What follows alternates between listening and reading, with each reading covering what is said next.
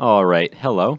So today we are going to solve 2 over x plus 1 plus 5 equals to 1 over x. So the goal of this is to find what x values will make this equation equal 0. All right then. So what we're going to start off by doing is we're going to simplify this either into fully factored form or into at least standard quadratic formula, so that way we can use the quadratic formula. Standard quadratic formation, whatever. So let's start by, I guess the first thing I want to do is I want to get rid of this plus 5 over here. So what we're going to do is we're going to cross multiply. So we're going to have 2 over x plus 1 plus 5 equals 1 over x. And we're going to make this 5 blue, a very nice blue. So the first thing that will happen is we're going to have our common denominator, x plus 1 times 1, but we can ignore that. And then on the top, we will have our 2 times 1, which is just 1, plus our 5 times x plus 1.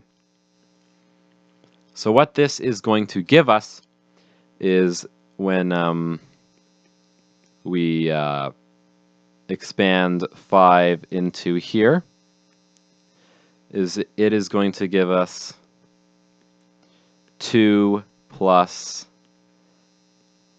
5x, which is 5 times x, plus 5, which is 5 times 1, all over top of x plus 1 equals 1 over x.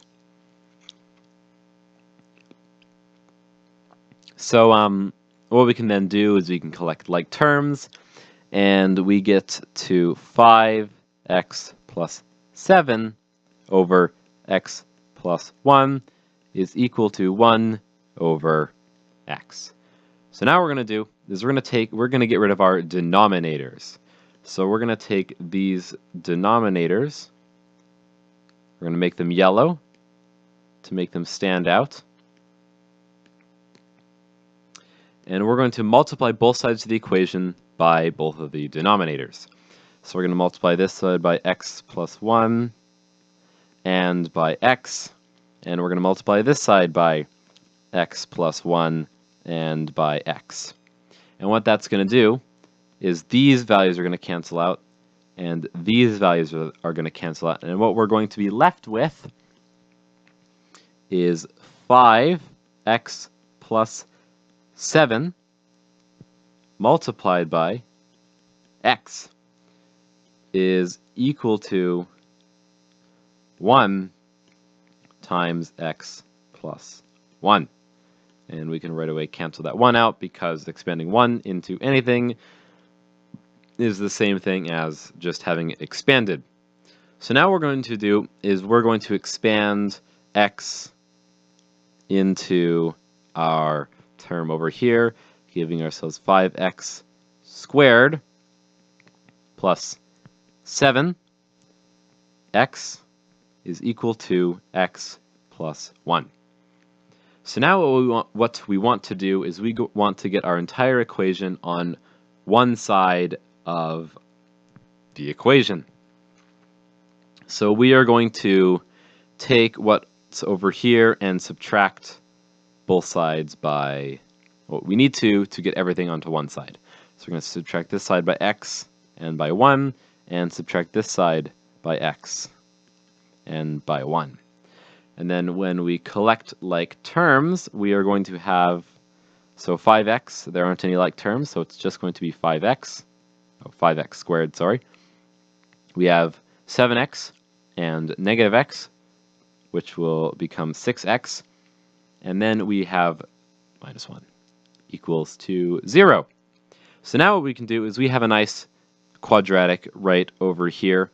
And what we can do is we can try to complex factor it.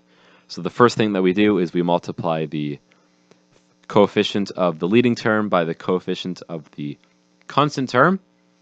We get negative 5. And we want to find all of the factors of negative 5 and see if adding any of those two together will give us 6. So what do we have is we have negative 1 and 5, and of course 1 and negative 5, and well, that covers it. So if we add these up, we get 4 and we get negative 4, and neither of those are 6, which means that this can't be factored. But all hope is not lost, because there's one more thing that we can do. We can use the quadratic formula. Everyone's favorite, most terrible, terrible formula. So I'm going to write it off to the side here in green. So we have negative b for our b term over here, plus or minus the square root of b squared minus 4ac, a being over here and c being our constant term, all divided by 2a. Not very nice. So let us substitute all of our values from our quadratic over here into our quadratic formula. So what we're going to have is we're going to have negative b, so that will be negative 6 plus or minus the square root of 6 squared minus 4 times a, which is 5, multiplied by negative 1, which is c, all divided by 2 times a, which is 5. So moving on to our next step in our quadratic formula, we have negative 6, can't do anything there. So this becomes 36, and 4 times 5 is 20 times negative 1, so it's negative 20. So it is negative 20, so it turns out to just be 20, which is 36 plus 20 is 56. So we have negative 6 plus or minus the square root of 56, which is getting all of that together, over 10, 2 times 5. So now comes the not so fun part. We have to deal with this radical. So the easiest we're going to do that is just we're going to get a calculator and do it. And of course, as we remember all the way up here at the question, we're going to use 3 decimal places. So we're going to use 3 decimal places when we calculate our radical. So I'm just going to grab my handy dandy scientific calculator, slide the back off, and I am going to calculate what this is equal to. So the square root of 56 is 7.483, and then a bunch of other numbers that we don't care about because those are past our chosen decimal limit. So we have negative 6 plus or minus 7.483 divided by 10. And what does that equal to? Well, it can equal one of 2 things. So let's split off our paths here and here.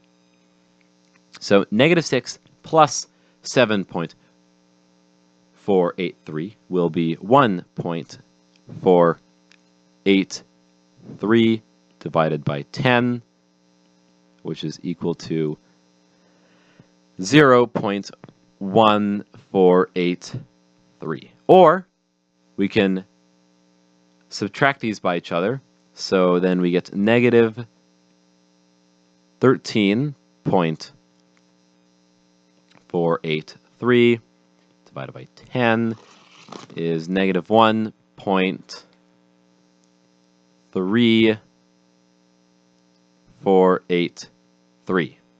And of course our answer only needs 3 decimals, so when we give our final answers we can knock these off. So these are our solutions. And as they are the solutions in our quadratic formula, they are ultimately also the solutions to our original question. So let's go all the way back up here, and we can write these out as x is equal to 0.148 and x is equal to 1.348. And there you have it, our two solutions. And look at that. We figured it out. Thank you.